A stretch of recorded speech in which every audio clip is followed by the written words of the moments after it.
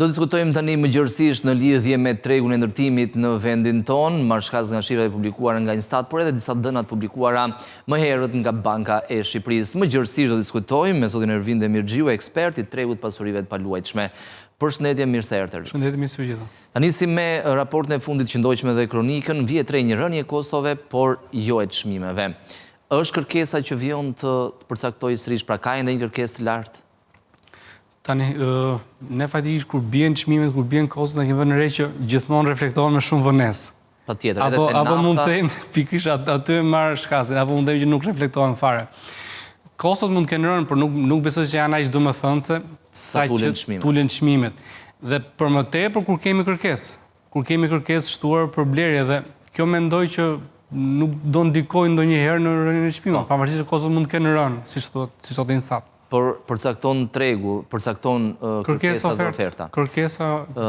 Kërkesa si vjen të ndahet? Shqiptar, të huaj? Kërkesat janë të larmishme. Shqiptarët sigurisht që predominojnë, kanë të pjesën më të madhe të kërkesave dhe të blerje, mendoj. Shqiptarët janë shqiptarët, apo nëse marrim Tiranën, se në kësaj i referohemi shqiptarët i referohemi Tiranës. Edhe paka shumë Tirana e përcakton pikërisht Tirana është pjesa më e madhe e tregut. Shqiptarët kryesisht blenë Tiranë pjesa më e madhe, janë ato që duan të investojnë apo që blenë për të jetuar. Po sigurisht dhe janë shtëpijet, apartamentet e dyta në Bregdet. Të huajt pastaj kryesisht janë të prirur në Bregdet. Blenë vetëm në Bregdet. Nuk është se blenë vetëm Bregdet, po kanë prirë në Bregdet sepse janë vijnë nga zona që i mungon Bregdetit të ftohta dhe e duan realisht dhe prandaj vinë. Kjo është arsye që vinë. Për sa i përket një tjetër zhvillimi që sërish kishte të bënte me tregun e pasurive të paluajtshme, në lidhje me një kufizim që ka vendosur Banka e Shqipërisë, ka ndonjë lloj efekti? Pra, bëhet fjalë për kredin, dhënien e kredisë për blerjen e banesës, rreth 85% mund t'jap banka kredi. Bëhet fjalë për individët. Nuk mendoj që kjo do ketë ndonjë ndikim, sepse realisht në këto faza kemi qenë, në këto fasha kemi qenë. Nuk është se banka, janë shumë pak banka apo shumë pak individ që kanë përfituar 100% kredi. Banka ka qenë e kujdesshme gjithsesi. Banka ka qenë gjithmonë e kujdesshme në këtë pjesë. Thash, janë shumë pak individ që kanë përfituar 100%, që mund të kenë pas rroga shumë mira, mund të kenë pas dhe një pronë tjetër kolateral. Ose punojnë në bankë që kanë lehtësi të tjera. Pikërisht, pra, nuk mendoj që do ketë ndikim, mendoj që ndikimi në këto do jetë zero. Tregu si është aktualisht? Si përsa i përket ndërtimeve, ashtu edhe kërkesës. Vjon i njëjti trend, sepse ne kemi zgjedhje një herë në 2 vjet edhe zgjedhjet ndikojnë në disa sektor specifik. Zgjedhjet ndikojnë dhe faktikisht edhe këtë herë ndikuan goxha. Ishim 2 muaj thuajse zero në tregun imobiliar, marsi dhe prilli ishin shumë të fjetur. Tani ka rifilluar sërish i njëjti ritëm dhe jemi në të njëjtën trend faktikisht. Jemi në të njëjtën trend dritës. Kërkesë ka plot, edhe ofertë ka plot realisht. Dhe ai vendimi i Bankës së Shqipërisë nuk është se ka të bëjë shumë me ndonjë frikë që mund të ketë ai institucion në lidhje me tregun. Pra, ndonjë frikë me çmime? Nuk mendoj. Po shikoj edhe ke Instat ishte referuar që lejet këtë vit janë në rënje. Janë në rënje, por janë fokusuara kryesisht në Bregdet, po. Sigurisht, pra, për turizmit. Tirana është një treg që vetë rregullohet. Gjithë këtë tregu është do vetë rregullohet gjithmonë. Siç është vetë rregulluar. Nuk është se do të ketë shumë ndikim faktorët e jashtëm. Edhe në këtë rast, në moment që do fillojë të shikohet që tregu po ngopet, sigurisht që do bien lejet, sepse edhe ndërtuesi nuk futet njëri të blej, të marrë një leje, të ndërtojë dhe ta lërë parashitur, në mënyrë absolute. Prandaj edhe ndërtuesit nuk është se janë aq të e shikojnë tregun. Qëllimi i çdo biznesi është fitimi, kështu që nuk mund të futesh në mënyrë absolute. Tirana vjon të ketë të njëjtin trend të ndërtimeve, apo ajo rënje që e përmendët ju është e përqendruar kryesisht, e reflektuar në Tiranë më saktë dhe janë përqendruar në... Po, vazhdojmë në po të njëjtët ritëm si shtarë. Ndërtime ka pafund në për Tiranë, ofertë ka pafund, por sigurisht kërkesa është goxha e lartë. Goxha e lartë dhe mendoj që në këto ritëm do vazhdojmë. Në këndvështrimin tuaj, përsa i përket zhvillimit të sektorit ndërtimit për efekt të turizmit, kërkesa është e shpërndar në gjithë Bregdetin apo është e fokusuar për shembull në jug apo në pika ku potenciali për të zhvilluar turizmi është më i madh? I gjithë Bregdeti ka realisht kërkesë, ka fokus, ka ndërtime, por në kohët e fundit shikojmë një vëmendje të shtuar rreth Vlorës, duke qenë se dhe infrastruktura apo edhe disa projekte të mëdha që është aeroporti, janë projektet në Sazan, në Sazan dhe ka ndikuar dhe tek tuaj që e shikojnë një treg goxha më potencial, ndoshta thonë është momenti dur të blejmë tani, ndoshta për një shitje më të vonshme, patjetër. Mund të jenë çmimet shumë më të larta. Patjetër që. Zonat tjera, Durrësi që është tradicionalisht një magnet turizmi. Durrësi, pjesa e Durrësit Kavajës që ne konsiderojmë një, vazhdon me në pot njëjtë të ritme, ndërtime. Po edhe në fund kalosh duken në krahun e Bregdetit. Duken sepse po vjen deri në autostradë ndërtimet. Dhe ka goxha kërkesë. Tuajt e preferojnë shumë Durrësin deri tani, kur them Durrësin, edhe pjesën e Qerretit, Golemit, e preferojnë sepse është aksesueshëm shpejt nga aeroporti dhe ka goxha interes. Maksimumi 40 minuta mund të jetë. Po, patjetër. Si dhe pjesa e Gjirit Lalësit është goxha atraktive. Kryesisht janë individ, Ervin, blerësit e huaj flas. Apo mund të ketë edhe kompani që mund të blerësit e huaj kryesisht janë individ. Por nuk përjashtohet rasti dhe kompanive që blenë për të investuar për Airbnb, për të dhënë me qira. Por edhe individet që blenë e shikojnë dhe në atë fokus, në atë prizëm, për të dhënë me qira, për të shfrytzuar gjithë kohës. Mund të shfrytëzojmë për vete pak muaj pasaj? Shfrytëzojmë për vete pasaj pjesën tjetër me Airbnb. Është e lehtë për një të huaj të blerë një pasurit paluajtshme, një banesë në Shqipëri? Është shumë e lehtë. Apo një lloj si një shqiptar, të huajt kanë kufizimin e vetëm që nuk blenë dot vila që kanë dhe troja, që kanë dhe truall. Tokë të huajt nuk blenë. Duhet të ketë edhe certifikatën e tokës, duhet të ketë pastaj edhe... Jo, nuk është probleme ty, por ka një kufizim, të huajt nuk blenë do tokë, si individ. Nëse janë në shoqëri, pastaj sigurisht që mund blenë tokë. Te banesa, në apartamente është shumë e thjeshtë. Një lloj si shqiptar, as një lloj kufizimi. S'ka kufizim fare. Absolutisht jo. Dhe në lidhje me tendencën e tuajve gjithmonë në Tiranë, ka kërkesë nga ata, apo kryesisht janë në Bregdet? Sigurisht që ka kërkesë. Në Tiranë preferojnë qendrën, siç e kemi thënë edhe tjerë, preferojnë qendrën sepse të huajt i marrin dhe për investim kryesisht. Tuajt nuk është se Tiranën e marrin për të jetuar vetë, shumë pak. Japin me qira qoftë për zyra qoftë për më shumë për Airbnb, për apartamente sërish. Dhe preferojnë qendrën sepse sigurisht qendra është gjithmonë më e lakmuar dhe më e preferuar nga kushdo që do të marrë diçka me qira. Tendenca ose stadi i zhvillimit të sektorit ndërtimit, por edhe patjetër e lidhim edhe me sektorin e turizmit.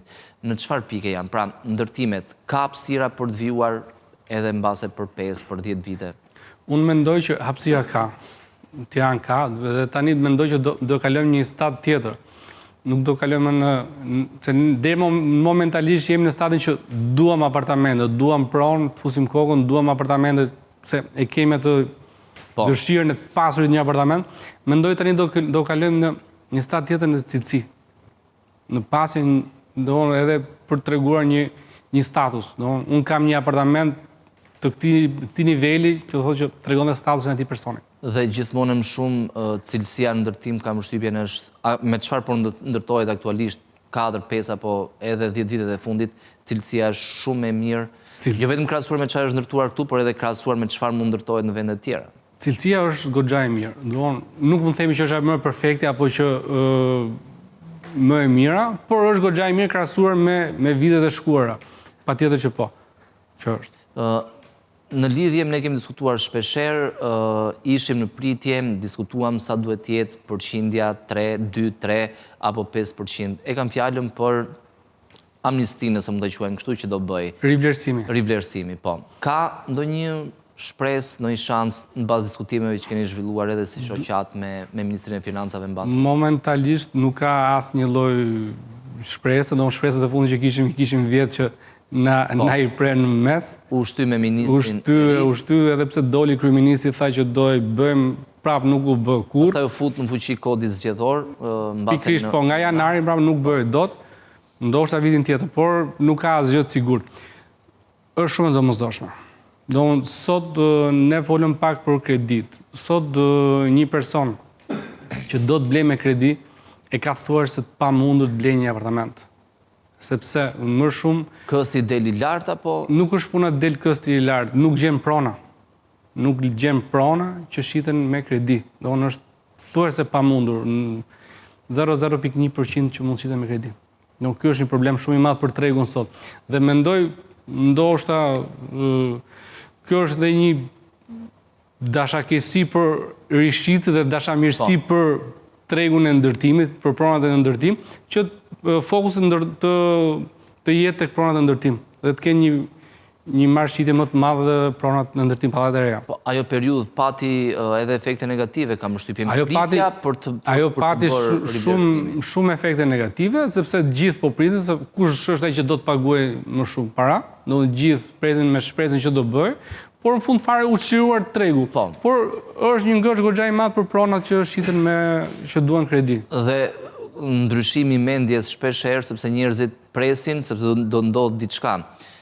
Kjo ndikoi edhe në treg. Por në çmime pati ndikim? Në çmime nuk mund të them pati ndikim. Se ishin shumë njerëz në pritje, pastaj kur... Unë them që do kishte ndikim, nëse do bëj, do kishte ndikim pozitiv. Sepse do çliroj tregu dhe edhe çmimet do binin deri diku. Sepse do kishte më shumë mundësi për negocim çmimi. Ndërsa sot, nëse dikush shet dhe një tatim i del për them 20.000 apo 30.000 euro, negocimat është thuajse zero, nuk negocion dot. Nëse ai do paguaj nga 30.000 do paguaj 5.000 euro apo 6.000 euro, sigurisht që ke mundësi të negociosh dhe tregu është shumë i lirshëm për të manovruar. Kjo është arsyeja.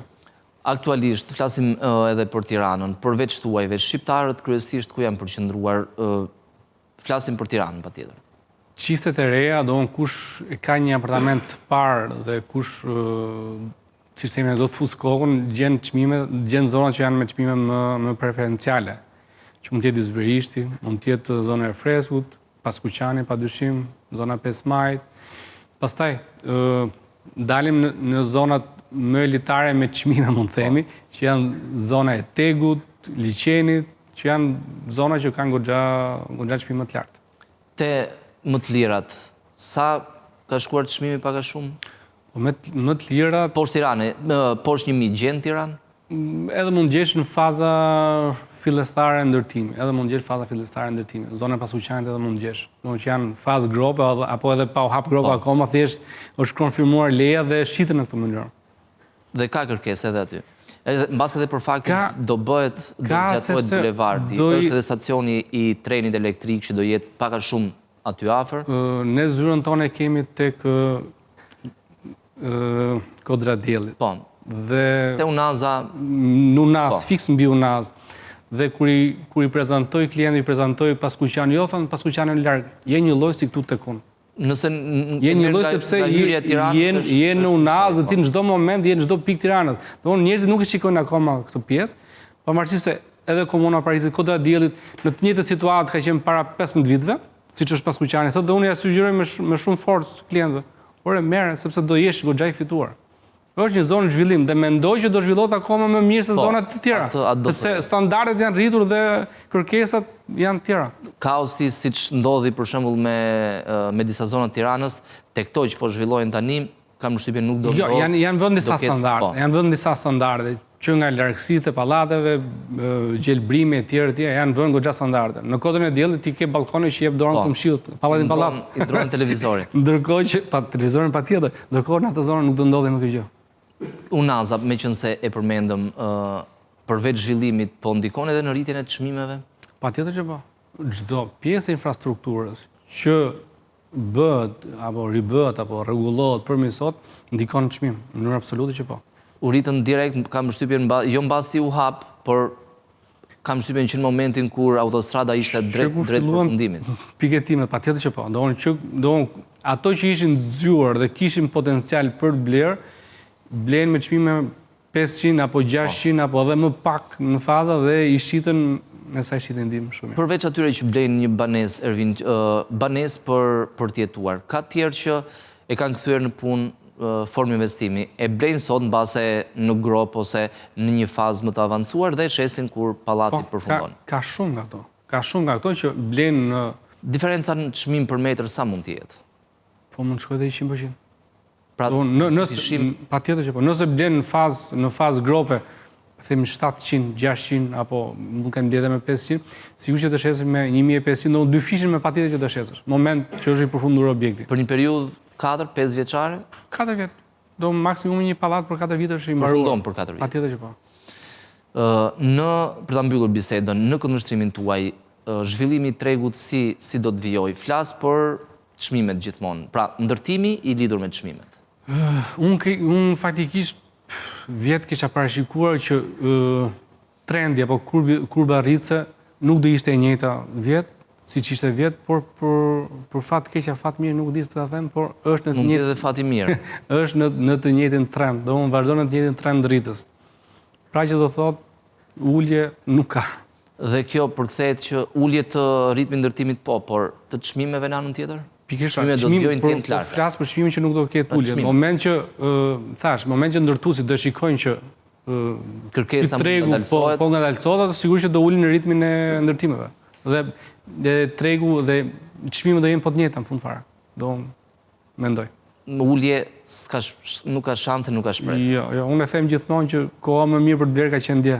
Po të paktën blerë sot. Blerë sot sepse nesër do jetë shumë vonë. Do jetë në keq. Patjetër që po. Faleminderit që ishit në studio. Faleminderit juve.